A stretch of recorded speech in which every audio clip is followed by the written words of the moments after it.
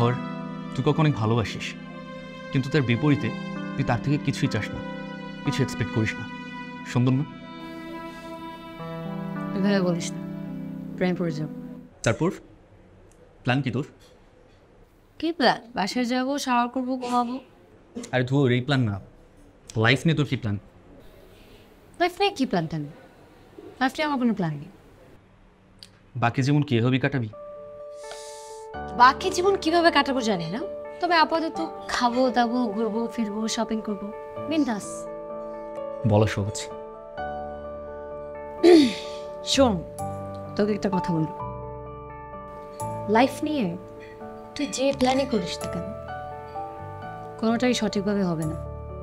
কারণ একজন অলরেডি উপরে বসে আছে, যে তোর জন্য লাইফ প্ল্যান করে বসে আছে, এবং সব কিছু তার মতো করেই হবে। এই যে আমাকে দেখ, বিয়ের 2 বছরের মাথায় ডিভোর্সের সিদ্ধান্ত নিয়েছে, আর এখানে তোর সাথে বসে আছি। তোর মনে আছে ফার্স্ট ইয়ার তোর পেছনে কি পরিমাণ ঘুরতাম? মনে আছে আমার। আমার না তোকে দেখলে খুব রাগ হতো জানিস, কি যে বিরক্ত লাগতো। উফ। আর এখন এখন হয়? এক্সকিউজ মি, আমি ডিভোর্সের সিদ্ধান্ত নিয়েছি, এই কারণে তুই কি আমার সাথে ফ্লার্টিং করছিস? আমি কিন্তু এখনো তোকে অনেক ভালোবাসি। তোর ভালোবাসার গুল্লি মারি আমি।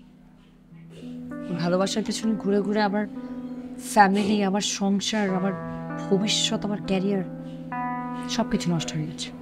আমার কি মনে হয় জানিস, ভালোবাসা হয়তো বা দূর থেকেই সুন্দর, যদিও ব্যাপারটা সহজ না। ধর তুই কাউকে অনেক ভালোবাসিস, কিন্তু তার বিপরীতে তুই তার থেকে কিছুই চাস না, কিছু এক্সপেক্ট করিস না। সুন্দর না? এভাবে বলিস না, প্রেম পড়ে যাও। আচ্ছা শোন, আমি এখন বাসায় যাব, কিন্তু আমার না একা একা যেতে ইচ্ছে করছে না। তুই ড্রপ করবি? It will be my pleasure. চল। আগে শেষ কর, তারপর।